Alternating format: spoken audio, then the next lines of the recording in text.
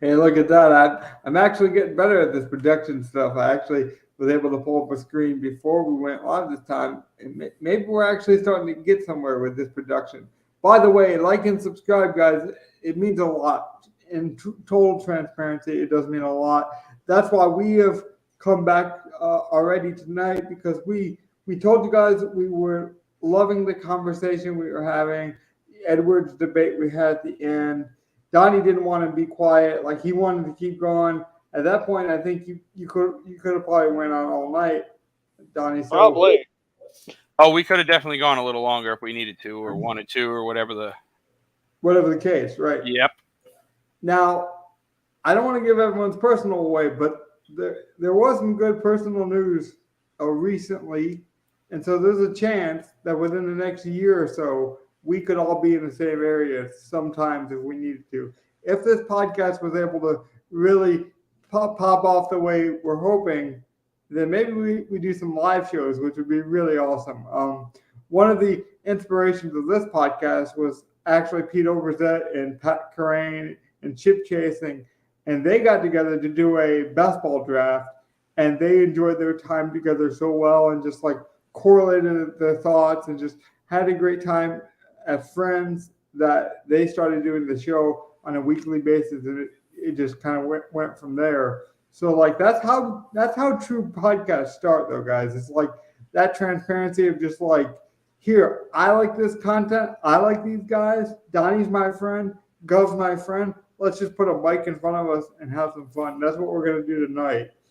We just got some sports takes. We got some current events. I just want to have some fun. Yeah, let's do this. Yeah. So do we want to start off where we left off with Anthony Edwards? Yeah, I think that's a perfect.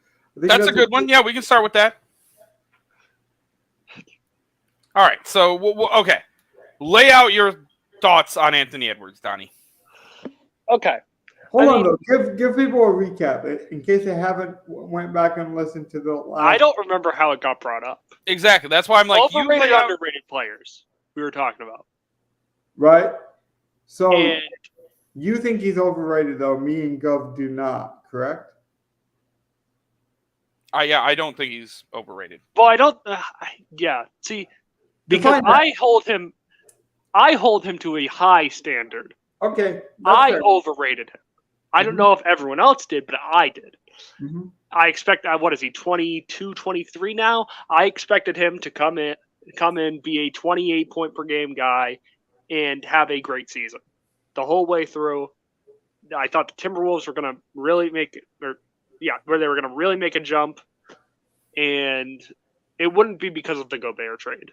I thought the offense was just going to be perfectly flowing through him. And we didn't really see that this year. I wanted Devin Booker out of him. And he wasn't quite that. He wasn't close to that, I don't really think. And it's hard to put an expectation like that on somebody so young, and I think he will get there eventually. And maybe it's next year. I want to see more. Well, we said we were going to also do this. We are going to do a full preseason or seasonal breakdown week by week of the NFL season. We are also going to tier some of the more current events in the coming weeks. We have some big projects for these podcasts coming up where we're going to have these organic debates. And I think this is like one of those cool debates, Donnie, because you're not saying that Edwards sucks. You're not saying you're not trying to be a hot take machine. Like, you're just laying out your case. And I think that's what's so special about what we do is like we're just giving our opinions in an organic way. And so I think that's the future of sports. But go ahead, Go. Kind of go from there if you want to. Well, see, like my thought is, I'm trying to think. So, like, this was probably like an offshoot of our Michael Porter Jr. in that conversation. Yes, it was. Yeah. So, like, Anthony Edwards, like, where would I like? Let's see, like, I think he is like at that pretty damn good. Yeah. Well, maybe I wanted him to be a top 15 player. I still think he actually has the ability to be that. Me too, but I think he's still ascending to that. But like, I pushed it too quick. I pushed that expectation because the team was ready to win, in my opinion. No, and I think that the whole Karl Anthony Towns Gobert situation kind of has set him back a year. Mm. Yeah, like if that would have been totally settled and you had that for a whole season and he was able to acclimate and figure out how to work in that offense, that would have been worked better. But them trying to do it on the fly in the playoffs, like you saw spurts, you saw flashes, but like you couldn't get consistency from him. And I don't really blame him for that in a year when they were making huge overhaul changes to the team. And there is no way you can say adding Gobert to your team is not that. They gave up a lot. They got rid of, yeah. Even if we want to talk about small pieces, Patrick Beverley leaving for that team was huge. Exactly. Like, even if you don't care about what you gave up in that, like, adding Gobert to that team was a huge, like, you are changing the team dynamic by doing that. And then he's injured all year where you're playing Naz Reid or who's your center. And you really didn't have Towns the entire year. Like, he got hurt in, like, what? October, maybe? Mm-hmm. Maybe early November, and then didn't come back until like basically the playoffs. Gov, can I make a supporting case, to your case, because I think you laid it out perfectly. Remember when Adams from the Packers, Devontae Adams went to the Packers. Him and Aaron Rodgers did not get on the first year. It took a while to build that chemistry. What if we wanted Gobert and Towns and Edwards to be this, like, we wanted it to be like what Phoenix wanted with their big three, and they just weren't ready because of those injuries. And we're actually going to see that this year. Or they decide to get a new coach, or maybe it just doesn't work and it's terrible.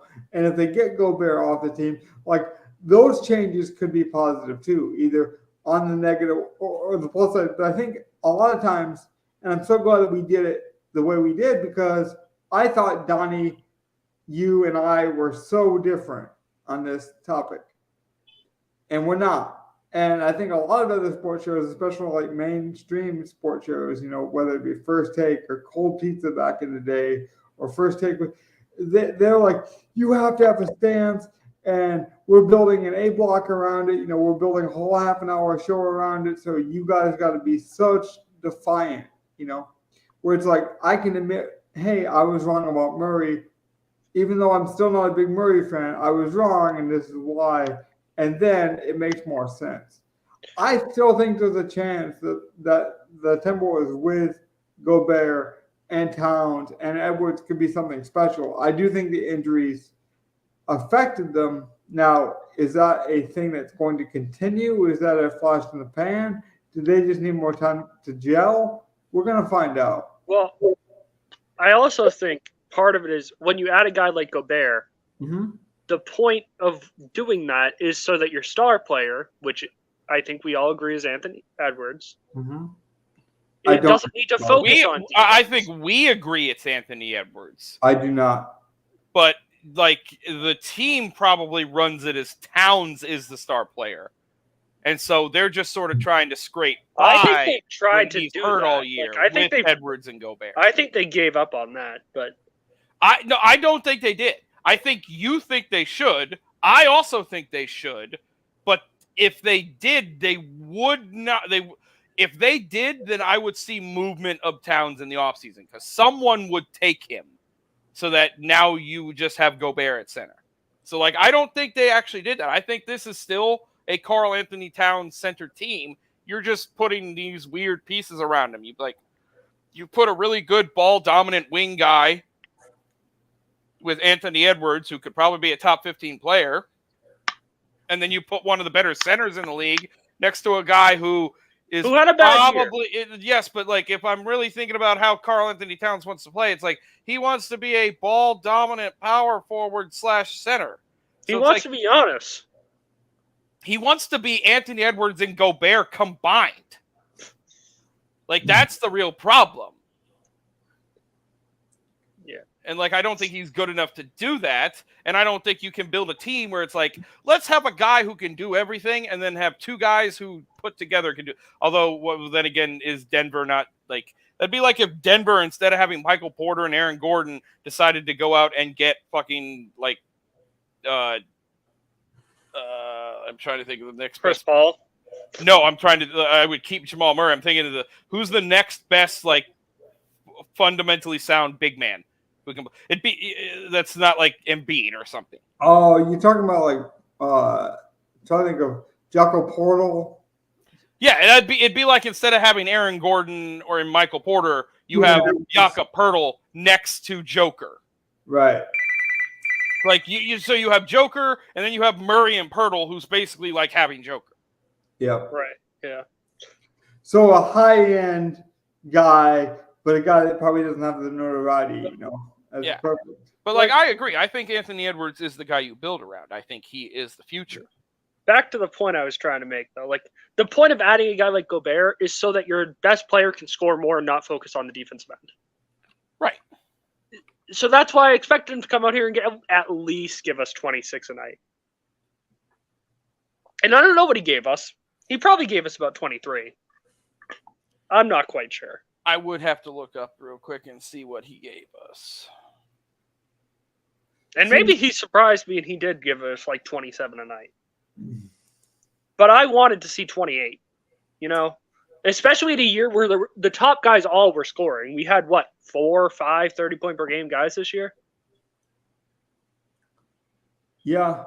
I mean, look, I think another valiant point here is I think a lot of times people say, oh, well, this team should be good, or this team was talked about in training camp, or during this point, or we saw a body transformation with, Joker. So the next guy to lose 20 pounds is going to become an MVP, or Edwards averaged 24.5 points this year. Yeah, that wasn't enough. 24.5, 6 rebounds, and 4.5 assists in 79 games. So he only missed 3 games. Yeah, he needs to jump in his playmaking too. Well, to your point though, Donnie, is like people saw that jump. I was making this point. People saw that jump with, Brunson, or they saw it with Donovan Mitchell, and they're like, "Oh, Edwards is the next guy," or "Hey, John Morant had a good, time, so he's the next guy." Or people do it with Zion. They're like, if Zion loses 20 pounds with his ankles, he's going to be dominant. Like, we don't know any of that to be true.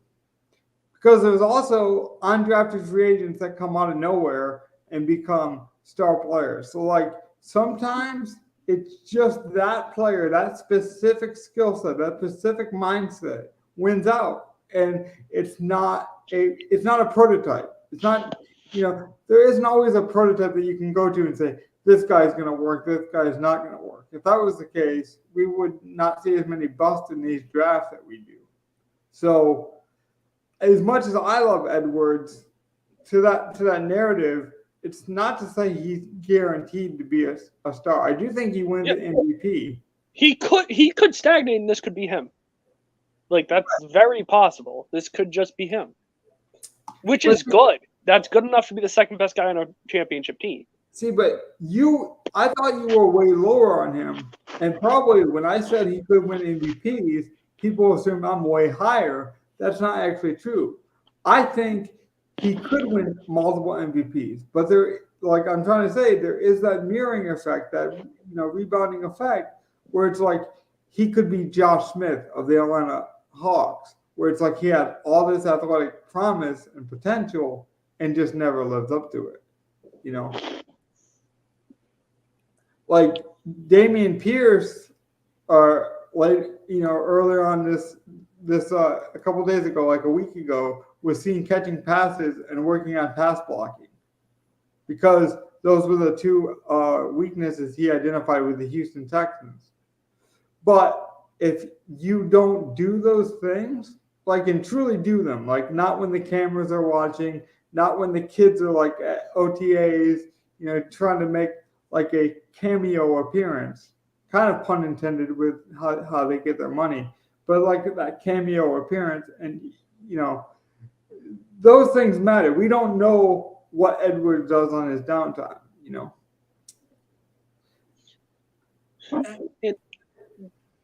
I think we're all pretty decently high on the Timberwolves this year. I didn't have them as a championship contender with the Gobert move, but a lot didn't work, and I think they're stuck and they have to make it work right now. And I don't think they should make any moves. But Donnie, you could have that opinion that they shouldn't make any moves, but if they do, you're allowed to react to those too. Like you're allowed to say, like, this was a good move. This was I'm being totally transparent when I say I love Rudy Gobert. I think that Rudy Gobert, Towns, and Edwards are like three of the potential greatest duos next season. The Gobert contract is disgusting. It is. But like, I also hate that argument too, because it's like we don't pay the check. So like, if they balance, like the Saints, they always find a way to manipulate the cap. Like that's just how they build. And so at some points, like as fans, it doesn't matter if you're watching the Jacksonville Jaguars or the Saints. Once those players are permitted to go on the field, they're on the field. Like we can talk about the offseason decisions or the off the field decisions afterwards, but on the field, it's my team against your team. So I just think the three of them are still a very dominant team if they're healthy. Do you guys agree? True. Yeah, but if Gobert is what he showed us this year, somebody who has trouble staying healthy, which he might not be, but he is 32, I think, going into the season. Yeah, personally, I don't agree with a lot of them. I still think he is one of the more dominant big men in the league. I think he can still be a very dominant defensive big man. But if he isn't, that turns into probably the worst contract in the league, and you're stuck. But what's the difference between that contract and Kyrie Irving and the panic move that the Dallas Mavericks made to give Luka a contender? Like a contending running mate. I think most people who knew basketball knew that was a stupid move. You have the worst defensive backcourt in the league. I'm not saying like that's what I'm saying though, Donnie. If you take away the misnomer that it has to be smart or stupid, you just look at the move. Like Kyrie his contract is preposterous.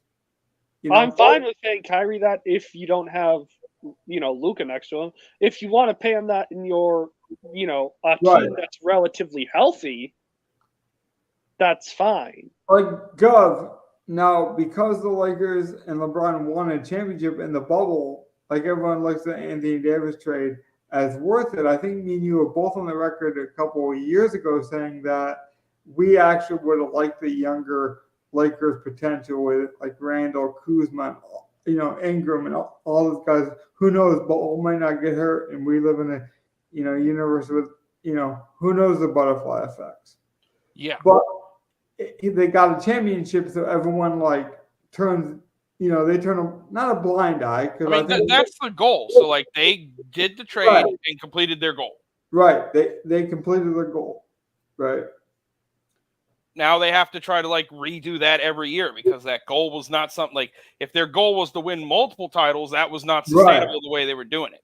Their goal was to bring in LeBron and win a title. So you need to bring in another guy because you don't have a big window. So you can get a guy who may not have a big window himself. And so like AD worked out, but you see now like AD is not going to work out forever. Yeah, and that was a miracle year. Like, if that bubble doesn't happen, we don't get the month's break, we might never see that. Whatever, but we did, and I don't discredit that championship. That's just as valuable. Everyone was put in the same situation. Well, for example, the Heat have been more dominant if you look at player success than the Boston Celtics. But because the Boston Celtics are that historical traditional team, they get more credit for the Jaylen Brown Tatum kind of like flirting with the NBA Finals for years. It was the Heat who've been to the finals basically the last 3 years in the Eastern Conference, and you could still argue that they're underrated. So But that's not to say that they're underrated by us. And that's the cool thing about all these podcasts. Whether you do a sports podcast, you're allowed to have your opinion. Maybe only 5 people listen to this, but I'm talking with my friends and I'm talking to the people that care about what I have to say. And so, like, I don't have to worry about whose fan base is bigger, the Heat or the Celtics. I can still have my opinion, and I think that means something. And, like, if the people in Minneapolis, they enjoy Edwards and he gets along with Towns, probably a lot better than Jimmy Butler bringing up the Heat, then it could work.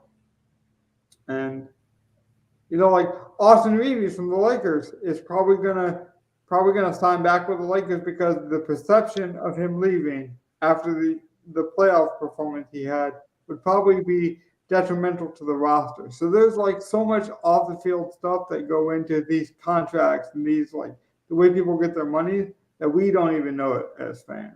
You can't. Well, the thing is, they already let Caruso go, and that's something that's super regrettable. You can't do it to the fans a second time with no reason. I don't even mean this to be like a joke, but what if, like, Austin Reeves is like, he like taught LeBron James the best recipe in the world and it kept LeBron James healthy? Like, what if he just like taught him the healthiest recipe and was like, LeBron's like, I credit that. This guy knows how to cook. I credit that for staying healthy. Like, there's so much off the field, like, personality, things that correlate so well to other teammates. That stuff matters. And you start saying, like, oh, well, I don't want to give Austin Reeves $5 more extra million. You could piss off a LeBron James. You could piss off an Anthony Davis, So I think that factors in. Yeah, probably a little bit, honestly. To put a bow on it, though, like, who do you think has more power? Not to say who we think is better, because we already answered that question. If Towns or Edwards went and said, get rid of Rudy Gobert, who do you think has more power at this point? In Edwards. They see the ceilings higher with Edwards, probably. See, and I think they probably would do what Towns wanted. I think so with Towns as well. But even if you want to get rid of Gobert, you're not getting anything for that.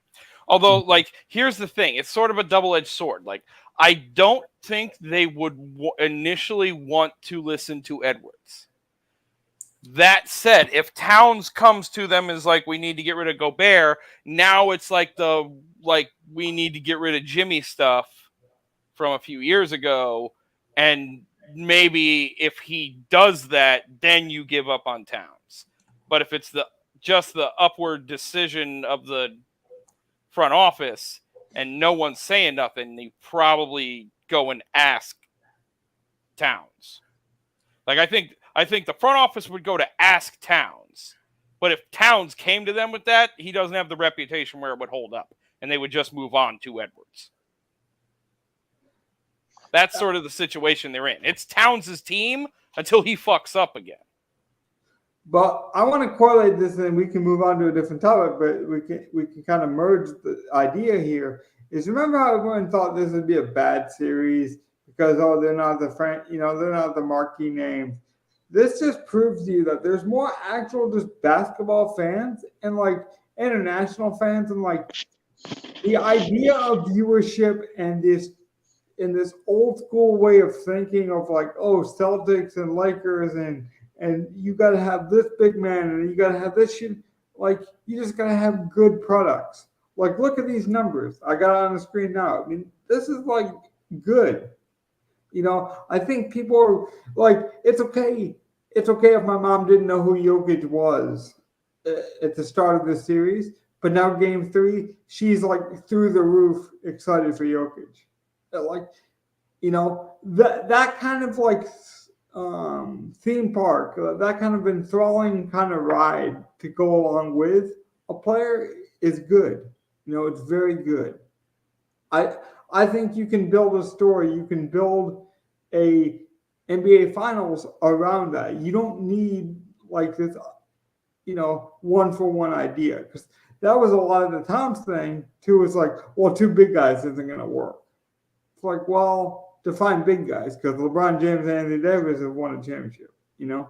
Well, I don't think many people consider LeBron James a big guy. I guess That's what I'm saying though, Donnie. Is like, but I mean, he probably should be. He probably should play that way, but like, that's why you kind of think he can play forever because he's never really done the whole I'm tall enough to transition to like, he's never really pulled the Al Horford yet where it's like, I'm tall enough, I'll just transition to the 6'8", 6'9" center. But I think if we're thinking two big guys recently that have won a championship, we have to think like Lopez Antetokounmpo. And they had when they won the championship, JaVale McGee was starting, I believe, for the Lakers. Like it was JaVale McGee. He never closed. Davis. Yeah, he never closed, but it started with McGee, Davis, and LeBron at the 3. Right, but that's kind of my. So that's two big guys, though. Like, yeah, but that's to my greater point, though, Donnie. The way you start is not the way you end, and I think that happens a lot more in the NBA. Is the starting lineup is traditionally seen as like your 5 best players, but that's not how the NBA is played now. You know, it's more of a team game than we ever give it credit for. The reason Jokic is such a unicorn is because he's a big guy that doesn't play like a big guy. Like, he doesn't got to be Shaq. He's not Shaq. He's more Steve Nash than he is Shaq. But that speaks to, like, his versatility and his, uniqueness. And, like, that unicorn, whether it be Giannis, like, that gets people to watch just as much as the traditional, like, he's good, I have a friend who only pays attention to the NBA. Right. Because I like the NBA. And he thought the Nuggets name was funny. That happens. And now the Nuggets are in the finals, and they are watching every single game. Right. Now, is that fan a bigger fan than Guz? No. But does your friend have the right to watch basketball for stupid, funny reasons? Hell yeah. It's the same reason you would watch a Netflix comedy special. He wants to enjoy his time. Sure. The comedy special is designed for him to laugh. Maybe he laughs at the NBA too. It's still entertainment at the end of the day. I mean, but like to be fair, their name is kind of funny.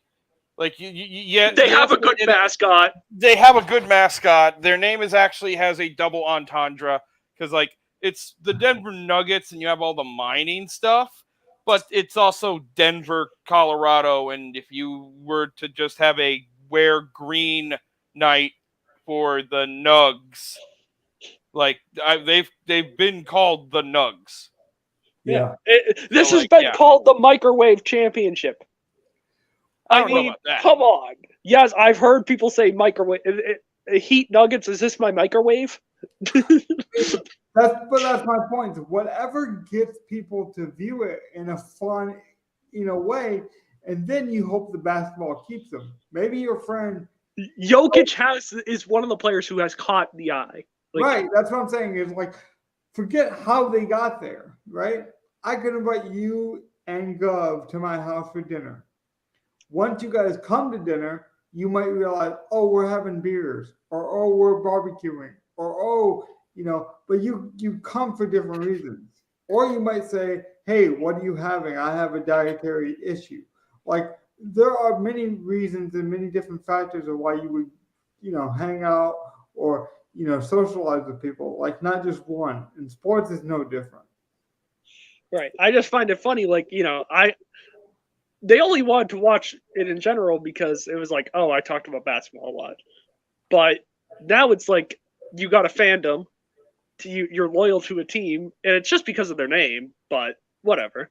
Well, I'll be honest, Donnie, I get pissed off because everyone assumes I'm a huge sports fan, right? Like, oh, Logan, you have a podcast, you're on Twitter all the time. Like, all the backups for the Lakers, you know every 12th man on the Toronto Raptors. So that way you must know about golf. You must know about tennis, And so what happens is you're the sports guy. So anything related to sports, people just assume I have a take. I don't always have a take. Like, I'll be honest, I hate hockey. I understand why people like it. I've never liked it. Maybe I'm stupid and I can't follow the puck. Maybe there are hockey fans that believe that, and they have the right to believe that. Maybe there is part of that. Maybe it is my attention span. But I hate it when people associate me with like, oh, you're a sports guy, so therefore I'm going to ask you every sports question I ever had in the last 5 years. Because I'm more than that. But there's also that flip side. So like your friends are allowed to say, hey, the Nuggets have a fun name. Like Donnie, do you have a fun reason to follow sports? Like just a non like serious sports take. Like maybe the court for the Celtics. Maybe you think it's funny that the Celtics guy has he's smoking a cigar or whatever it was, or Red Auerbach had a fun name. Not really.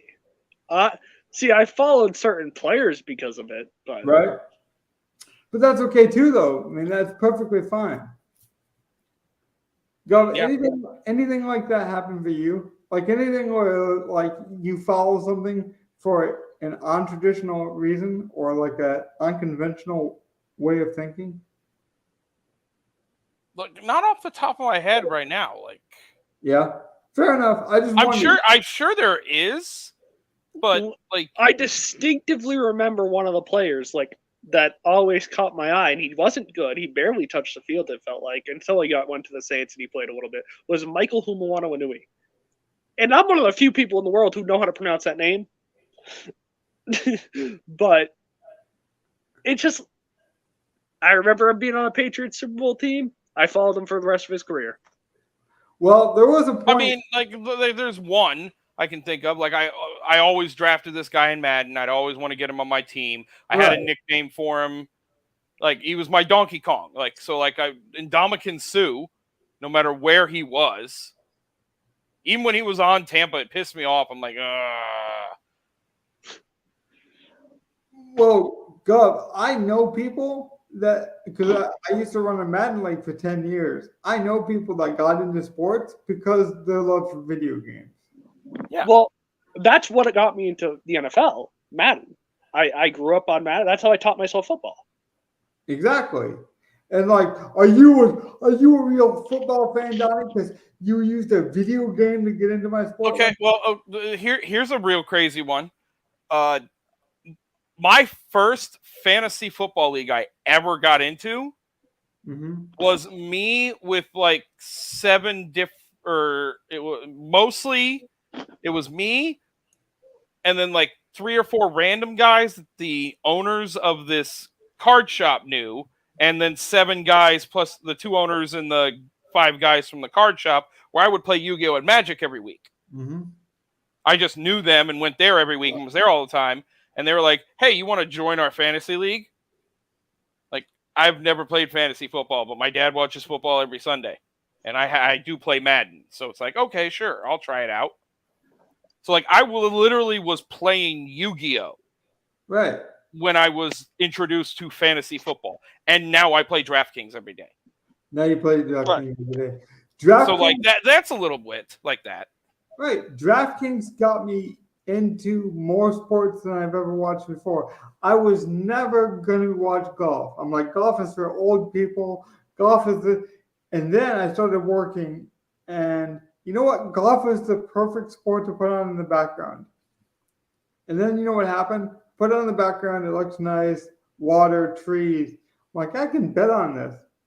And then you start following, the DraftKings advice people, the content providers.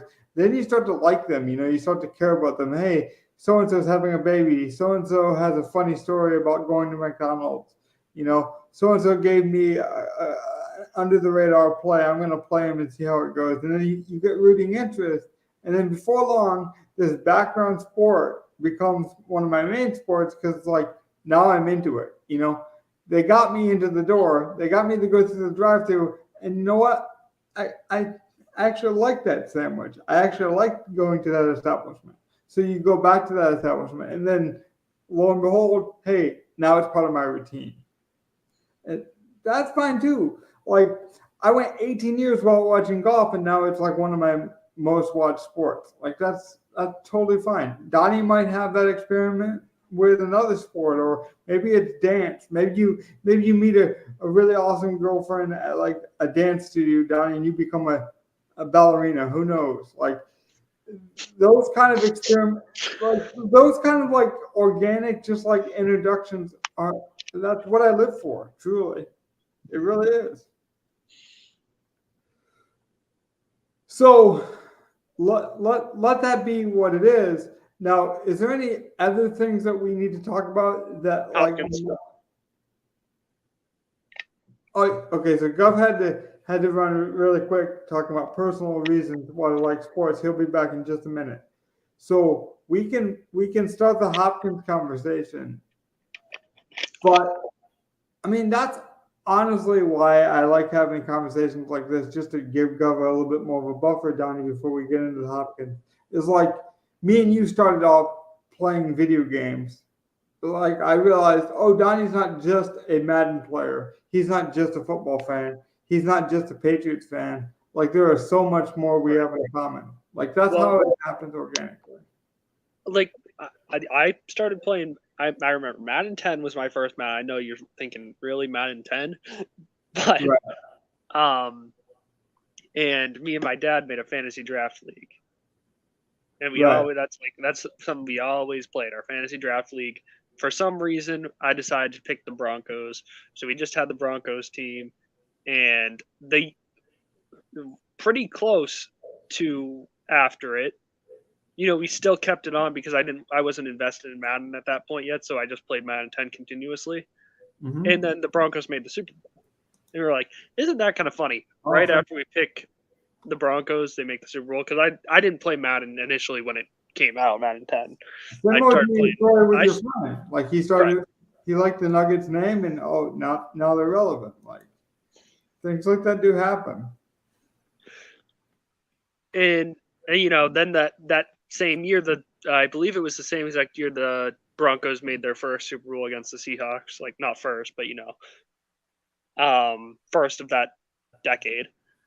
That was the year I saw the game that really made me fall in love with football, the 24-point comeback that the Patriots had against the Broncos. So it's like, ironically, a lot of my fandom of the NFL is tied to Denver. And I don't like Denver at all. Maybe that's why, though. Maybe like the initial like sticker value of Denver was like, oh, like I got introduced to basketball because neither one of my parents like sports like that at all. Like my mom will watch sports now because of me.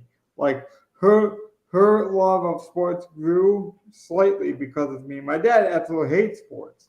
So like, you know, most people get like that baseball experiment. Like I took my boy to the baseball stadium and caught him a baseball, and like, you know, we had a hot dog, and like, you know, he brought his mitt and he fell in love with. No, that wasn't me at all. My dad would rather like do almost any. He'd rather watch paint dry, Donnie, than watch a second of sports. Yeah, he honestly would. So like when people see how big of a sports fan I am, they're like, "Wait, who got you?" It's like I saw Michael Jordan, so like, but I would never say I'm a Bulls fan. In fact, it almost embarrasses me, and this is terrible of me probably to have this opinion, because it's like you can fall in love with a sport, or like learn a sport from somebody or something and not be a fan of it. Like I hate that I wasn't introduced to the Lakers right away, because like I fell in love with Kobe. Kobe loved the Shaq. You know, Shaq allowed me back to watch the old stuff of Kareem and Wilt. You know, then I became a huge. But the reason I'm into basketball at all is because of Michael Jordan. Yeah, I feel like the Broncos are the reason why I watch the NFL. Like, unironically, and it's strange, but most of my fond like first football memories go back to the Broncos, and I never claimed to be a fan of them at all. It's just weird. Funny enough, like I love my dad, and like I have a lot of great passions with him. But one of the reasons I wanted to watch sports is because he hated it so much. Because he wanted me to, you know, walk, and he wanted me to like forget that I was disabled sometimes. And the truth is, I'm disabled. Like, I'm always going to be disabled. And like for him, it took him a while to come to that realization. And I had to like learn boundaries as well. So like he wanted me to be this like outdoorsman, and like disabled people and outdoorsmen don't really go together very well. Now, I took on that challenge as well to become a pretty good fisherman and a pretty good hunter. But like, so initially, I really believe I became a sports fan to kind of piss him off, and then I became like one of the biggest sports fans you could ever imagine in my circle. So like, it's funny how these things work. Gov, are you back? Yes. Yeah, he is. Let's wrap this up with like talk about transitions in sports and how we got into it and like different ways sports is influenced. We talked a lot about the beginning of our chapters, how we made friends, what those friendships mean. There's one guy that's been dominant, never played with a good quarterback. We had a rumbling conversation about it in the beginning. Is Hopkins still elite? Is Hopkins still valuable? Like, is he an anomaly? Is the drug use and the steroid use, does that give him a black eye? Why do we give him a pass? Tony Brown is like a terror. Like all the stuff, all the storm around Hopkins. What does it mean for you? Like I think it's a little. It's the normal off-season storm, like mostly. Like he's getting the normal. I'm the best wide receiver. I'm on the market. But like in my mind, one, there's a reason Arizona just decided to cut it. All right, and it's not just their internal problems. I think so. I would push back on you on that and say they're a stupid fucking organization, and even they wouldn't just like if they knew DeAndre was good for the next year or the next 2 years and keep him with Kyler and try to get something out of him in the you would still try to trade him. I agree. You don't just straight up cut him. That's my first thought. And I tried to trade him. Right, and then they couldn't because no one would trade for him with the contract he had. Everyone wanted him to restructure, and it's like once you sign Odell and guys to the deal you give them, it's like, why should he restructure? You're not like you're just gave Odell that money. Why would DeAndre restructure?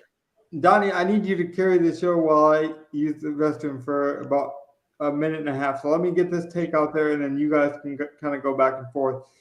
Could you argue, though, that Hopkins hasn't lost anything physically? It was the contract and the off the field stuff. Because was it the steroids and the contract stuff, or do you believe his physicals have diminished as well? Because I agree with you that the Cardinals got rid of him for other reasons other than physical. Like, I do think they're like, hey, we're in a different point in our franchise, and we don't want to deal with this kind of baggage. That I can buy. Physically, I still think he's a top 10 wide receiver in the league. And I think you just. I think he has that potential to still be that too. But Gov does not, right? I'm not so sure he's like. If he is, he's right there around 10. But I feel confident I can name 9 guys I'd rather have. Well, and I don't know how much you guys really put on I wish they would release exactly like what causes these players to get suspended, because it could have been really something small. There's so much nitpicky things that they do have. It could have been just a supplemental kind of thing, but like it's still like the players know they have a list. Like the trainers know. But like sometimes like it's not a small list; it's a long list. True, but like that's part of your job. I'm paying you millions of dollars. You should know every little thing that goes into your body. If you need a personal chef to make sure that kind of stuff is happening, then you pay for a personal chef. Like that's just the kind of thing you have to do. Or like, I still blame Hopkins, but I don't 100% think it was like. I don't think he's taken anything super steroid like that's gonna. I don't think I don't even really like put that into the factor. He did his time for that. Okay, we're good. I don't know how, I don't think you cut him unless they know he probably only has like one more good year left in him. Or maybe he's actually more limited than we think he actually is. Something like that. Like, it just seems to me that it's going to be something like that. But, I mean, I could be wrong. I'll say that. I could be wrong. But this just screams like veteran wide receiver. Like, and to be fair, he's sort of just doing the same thing Odell is doing. He is basically Odell Beckham. Do you think you can get another good year or two out of him because he is extremely dynamic and can be a very top wide receiver? Yes. But, like, I'm not, like, trusting that. And, like, I don't think you should have given 15, 16 million for 1 year to Odell.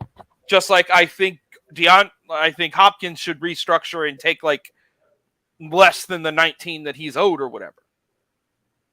Like, that's the thing. If he would restructure and do like 2 years, 24, where it's 12 and 12 instead of 1 year for basically almost $20 million, there'd be a lot of teams that could make that work. Right. But like him saying, if you're going to pay Odell 16, I'm keeping my 19. Like, then it's like, okay, so you're not going to budge on your money. We can probably find something better and move on and be better off, and no one will trade for you. So we'll just cut you, and then someone else can deal with you. And, like, they'll be out of his hair no matter what by start of next year, and the Cardinals will have a good amount to, like, as long as they can get through this year, they'll be able to start their rebuild very quickly going into next year. It just kind of feels like to me, let go of a guy a year too early before a year too late, you know? And it might be. Like I said, he may very well have one more really good year somewhere where it's like, yeah, he proves he's like 6th, 7th best wide receiver in the league. But I really think he's probably on the downward. And if he were to have a season where he's only like, where he like plays 13, 14 games and he's still only like the 12th or 13th best wide receiver in the league, that wouldn't surprise me either. If Hopkins gives you 13 games, has 70 catches and about 1,000 yards, that's enough. Like, to warrant what he brings to the locker room, like, that's enough to give him the Odell Beckham contract. 70, 1,000 yards, and then like 7+ touchdowns. Yeah. Then that's not a Pro Bowl receiver probably at that point. They'll probably be like, it's not someone I want to pay $19 million for, but like that's still a top solid wide receiver. But again, that's a guy who could end up being like the 14th best wide receiver, not like the other guys where like I don't think Hopkins is close to 100 catches. I don't think he's close to like 1,400 or more receiving yards. I don't think he busts more than 10 touchdowns. I think they're going to give him more. Whatever team he's going to go to has to use him more conservatively. True. He's an old veteran receiver. Donnie, can I get in there? Because, like, yeah. I wanted to almost be funny coming back, but I can't do it. Like, I literally had to use the restroom. I didn't purposely walk away, but like sometimes when I do walk away, it's like almost I'm further away from the computer, but I hear you guys better because I don't have to compete to talk. And like hearing you guys talk about this is so entertaining because like you could hear the passion. And I don't think you're wrong. I don't think any of the takes on Hopkins is right or wrong. I think all the outcomes we discussed are possible. Now, Donnie, I have said, like I said, I listened, and one of the greatest takes you said is we don't really know the off the field stuff. Like the steroid, for example, could have been a supplement to Gov's point. It's almost like the Jamison Williams thing with Quentin Cephas was actually betting on the NFL. It came out that Jamison Williams was not betting on the NFL. Both gambling violations, one was viewed harsher than the other. I do think it matters what the steroid was used for. If it was to keep him healthy, if it was just a accidental thing, it does matter. Not to say it's an excuse, it's basically not an excuse. It's a part of his job. At the end of the day, it's a part of his job. Right. There was a failure doing his job. Right. I totally agree. Just like if me and you went to work, right, and we have a drug test, there's a difference between me doing 8 lines of coke every night and doing marijuana. Both could be illegal for my job. Both could be violations. But there's a difference between doing a ton of cocaine and doing marijuana. Like, there just is. And, like, that does matter to And we're not even talking about something like major like that. We're talking about it could literally be something over the counter. Right. That he accidentally took. Or maybe he did it for the right reasons, like an injury. I don't think he did it to, like, show off or vanity or anything like that, because, like, having that kind of money and being one of the highest paid wide receivers provides enough vanity. Being an NFL veteran for as long as he has been provides enough vanity. I still think Hopkins is elite, and here's why. I want to bring up this statistic because we talked a lot about emotions and, like, reasons we care about things, but I will bring up some statistics. Hopkins is the only wide receiver past the age of 30. This is by Kevin Clark of The Ringer. I have not fact-checked this, but I did listen to this 15 minutes before the podcast. He's the only receiver after the age of 30 to rack up as many yards and receptions and yards. And he's number one of anyone past the age of 30. So does this include tight ends? Because I assume Kelsey's past that. This does not. He just said wide receiver. That again, I haven't fact-checked it. Because Kelsey would be higher by far. But sure. His point was, and, like, that's what I'm trying to extract here is the point. It's more the consistency of Hopkins is still there.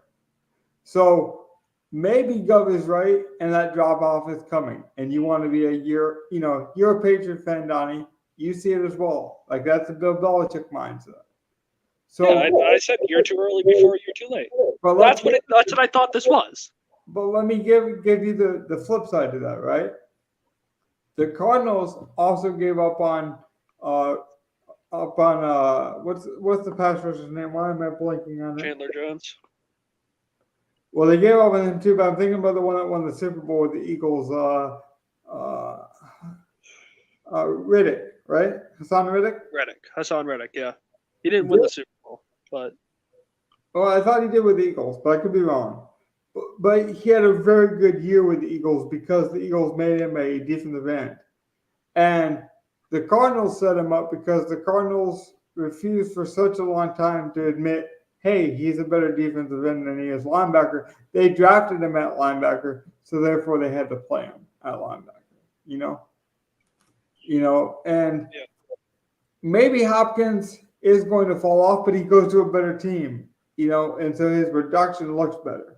Maybe he goes to play with the best quarterback he's ever played with, like Patrick Mahomes, because we see it in the comment section here of the Twitter I pulled up that Chiefs fans are clamoring for him. And that's the thing, too. It's like you brought up Kelsey. What if Kelsey is a good tight end, but his greatness is tied to Mahomes? What if he was never going to be great without Mahomes? We may never know that answer, and that's okay, too, Maybe Jokic, for example, only works in Denver because Denver is the only patient organization that lets him develop there. So those kind of things matter as well. I still think Hopkins is elite, but I think you mentioned it last show, Gov, and people should again go back and listen to that. You called him Julio Jones. I don't think that's a slight, but I don't think that drop-off is there yet. Because I do think you think Julio Jones is a Hall of Famer, right? Agreed. And like the first year he left Atlanta, I still think he had something in the tank. Right. But he's been injury plagued and it just hasn't worked out, even going to Brady. So it's like it very well could not work out for DeAndre. And I think that it more than likely might end up not working out. But I could be wrong. He could give a good team one really efficient year and like look really good with Mahomes or Josh Allen or Jalen Hurts or something like that. We're not even talking about the fact what if he goes to a team with a stacked receiving core and he just decides, let me take a step back and I'll be on the field when I need to be on the field. Yeah, like if he went to Philly. It's like they have A.J. Brown and Devonta Smith. They don't even need me to be on the field most of the time. Well, there's so many guys where you got to wonder, what was it? Is it the players? Because, like, why doesn't Will Fuller have a job?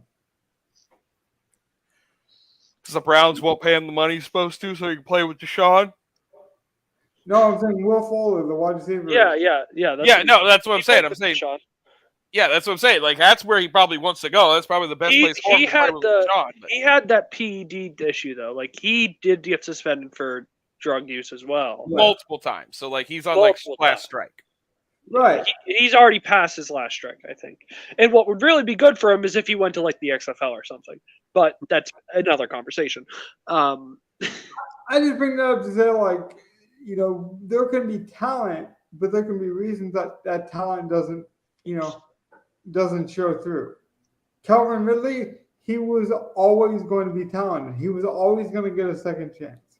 Michael Vick the same way. You can have your reasons. Gambling is not a big deal. Dogfighting is a different deal. Like, those can be true. And you can still be like, the talent is still there. I think, Gov, you think there's something left in the tank for Hopkins? I don't even think that. I think not only is there something left in the tank, I think he knows where the goddamn gas station is, and he still owns the gas station. Like, he owns the fuel, And we're going to find out, though. That's the cool thing. As like sports fans, we're going to find out. And it's that journey that I love about sports so much. Speaking of journey, let's keep this under an hour, as we have kind of went through a lot of fun topics tonight, and let's keep it topical. With the last 5 minutes of the show, is there anything we're missing you want to talk on? I was about to say, let's do it quick. I know you don't want to, but we'll let other people give it a talk. I really want to see what happens with this whole PGA merger thing. I really do. I think it's going to be a big ripple. I know a lot of golfers are already upset about it. And as more news comes out and the company starts actually forming as they do the full business crap, this is going to be a big thing. Especially as you and me were talking, this could be great for Rainmakers, or it could completely destroy it. Donnie, if you want to say something, go, because I think when I open this can of worms, I don't know if anyone's going to want to talk after me. I mean, this is one of the most massive things in this sport probably ever. Liv has been so controversial for all these golfers, and now we have the situation that got everything so messed up in the first place has now completely crumbled, and this is not what you want to. I don't think many people wanted to see. I'm not going to argue and say it's a bad thing for the sport, because I do think there's a lot of positives that come from this, but a lot of people are going to question their careers, I think. Donnie, we joke around about it a lot. We even talked about in the beginning of this podcast about being transparent and honest and not doing what the mainstream does. And so I would never force you to have a take. I would never say, this is a controversial topic, so Donnie, you have to be defiant. Is Liv Golf good? Is the PGA good? But I have a take. Now, I'll give it, because I do not care whether you like it or not, because what I care about is if it's in your heart and you speak it to be true. I'm not saying I'm right, wrong, or indifferent. This is just what I feel. We as sports fans, like the royal we, are very hypocritical and very biased to what we want to feel in the moment. It's almost like we're at the stadium, right? So you're when you're at the stadium, you want to be engulfed in that environment, and that's fine. So if you want to say Liv Golf is bad because it's blood money, well, if you watch the WWE with your son, then you're also supporting blood money. If you support Nike, you're also supporting blood money, because they don't pay those teenage 18-year-old kids very much in some of these cities. If you use a cell phone in today's society, you are supporting suicide nets. Now, I know plenty of people that can separate those things because they have to. Because we don't get a choice. I can take my nephew to his sports game his basketball game, his high school basketball game, his, sixth grade basketball game, and then take him out to a fast food restaurant because it's convenient, take him to Subway without being a supporter of molestation or child pornography. Like, there are levels where you have to draw the line where it's like, I don't have to like this, but this happens. I can also acknowledge it and know that I'm making a difference. Like, for example, one of the golfers that took the money, Bryson DeChambeau, said, I don't like what the Saudi Arabian government has done. I don't like what some of the princes have done. I know this money is covered in blood, but what money isn't dirty? Money is actually physically and emotionally one of the dirtiest transactions that anyone makes. Forget it, American, forget it, color, race, creed, it doesn't matter. It's one of the dirtiest things. But the reason why we spend it also matters. Bryson DeChambeau gave like $10 million to cancer or to kidney research, I believe it was, and it saved 12 kids' lives. Does that mean like the Saudi Arabians who might have, decided to criminally execute some journalist, like they're off the hook because this young golfer used some of their money to save kids in America? Like, no, neither one of them justify the other. Like, but at least when you get money, like when Donnie gets money or Gov or I, it's then up to me how I want to use my funds, right?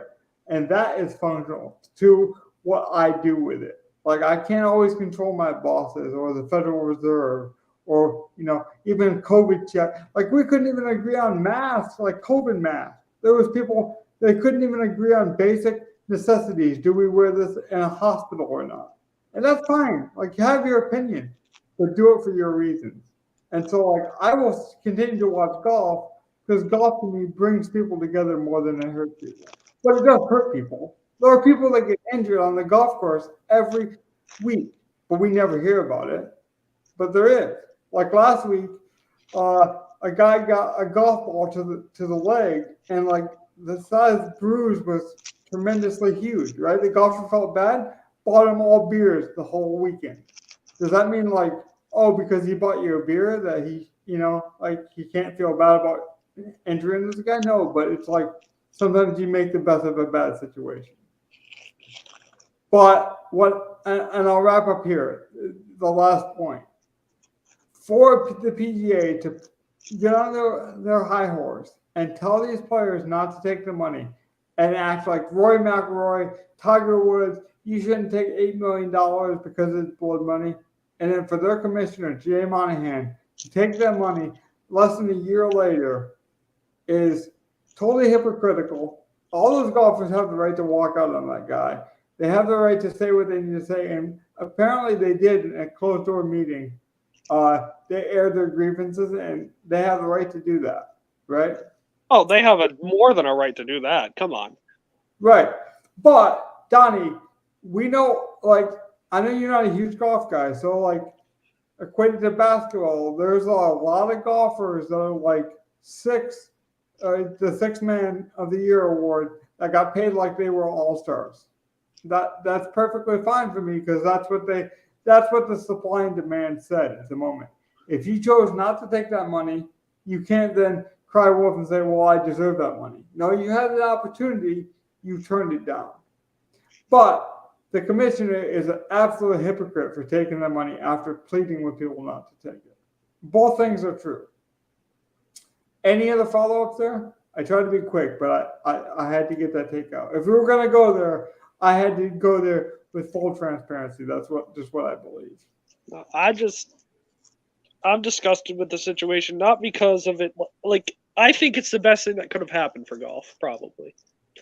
But it all depends with how they like play it out. That's why I said I want to see how it plays out because, like, in theory, if we're gonna get all the good stuff from the PGA, but the Saudis are gonna back it, so now the PGA can give the golfers like a good, better base salary. So, like, okay, if everyone's just going to get paid more now, then it might end up being good. It's like, okay, so, like, I took this money so that everyone gets a bigger stipend, and so I'm sorry. Somehow there's got to be like, and I'm sorry to tell you guys that you couldn't have taken the money before, but at least we're all going to be making more money now, huh? Right. Can I take 30 seconds more of your time? I know Donnie had a hard out tonight. Can I take, because I got to get your take here, Griff, because I don't think enough people are talking about this topic with it. And I do think it's important. Liv Golf had its biggest success when they embraced the concert mentality, when they embraced all the outside stuff. They welcomed kids more. They did some more like interactive things. One of the best like locational things they did was they had the money, so they took their golf adventures overseas, right? So like Cam Smith, who's one of their better golfers, he got to play 2 events in Australia. And so that's something the PGA doesn't do a lot of. They play a lot of the same hits. They go to Florida, if they they have their tournaments they play, and they play at the same places every year. Now, the DP World Tour is an international, kind of like their development league, Donnie, just to give you a reference. So that's going to happen. But what if they use some of the Saudi Arabian money to go to Japan to really grow the game in a very organic and good exposure way, where people that normally don't get the opportunity to see these golfers, what if they come to their neighborhoods, and they're able to see them? It's right. Again, not to say that Saudi Arabian people are good, but it shows you what bad money can do for good reason. Like maybe that one of those fans becomes a professional golfer later and uses that said money for more good. Right. And I want to make that point though, Donnie, because remember, when I was growing up, African Americans did not play golf, and then it turns out that one golfer kind of changed that whole narrative. That was Tiger Woods. I'm still not a huge fan of Tiger Woods for personal reasons, but like all it takes is one guy getting a chance to, go to his home country, whether it be Hideki going to Japan, or like, Tom Kim going, being the voice of the Koreans. Look at how much dirt changed basketball. Right, exactly. That kind of influence. And if that's what the Saudi Arabian money does, then it was good and bad. Both things exist. Gov, any takes there? Nothing extra right now. Like I said, I know this is going to cause a huge ripple, but I want to see how they're actually going to deal with it. Right. Yeah. This could be one of the biggest changes in sports history. This could end golf, unfortunately. It could. Like on the bad end, this could ruin golf for a while on TV deals and everything else about it. On the other spectrum, it could be the perfect thing. If couldn't I argue though, they could afford with the Saudi money to make their own channels and stuff? No, that's what I'm saying. It could, in theory, get so big with enough backing that they could there's already a golf channel, but now the golf channel will be like one of the big 5 it'll be ABC, NBC, CBS, and golf. Mm-hmm. Well, let me give you the positives of what they're saying. They're saying that potentially we see more overseas golf course. That could be positive, right? They're saying that we could see more team events. They're obviously going to pour a ton of money into this DP World Tour, which is going to help development. All these things could really grow the game as well. Now, if that happens, though, and the Saudis make more money, we're going to see more organizations, whether it be WWE, WNBA, maybe they dump a ton of money into WNBA and make WNBA a thing, because I'm telling you that basketball is so good. Or maybe they get their hands on a NBA franchise. Maybe the Washington Wizards, who haven't been good in decades, that owner's like, you know what, I'm sick of fixing this team. I'm just going to give them over to the Saudi Arabians. And then it doesn't have to be good or bad. I just think it's going to change sports. Today is a historic day. Sports has changed today. It has. We just don't know how and why or what it does. But I think as sports fans, we can embrace both things and say, I'm excited for it. Let's see what happens. I don't think it has zero effect. I'll say that. Right. And when I say excited, I mean thrilled. I'm thrilled because it could be good, it could be bad. That synergy I need to see what happens now that the energy is there. I think that's good for the show. I really enjoyed it. Any last things, or just good night to the people? Yep, pretty much. I'm out. I'm ready to Yep. hit the bed and. I thought we had a good conversation, but Oh, we had perfect a couple conversation. of good things. Yeah. I honestly think like maybe this wasn't our best like structured show, but it was probably our best conversation. So with that being said, I'll say one more good night to the people. Take care. Be safe. I know what we forgot to do. Oh, fuck. I have all my basketball stuff up in the background. We didn't even talk about Game 3.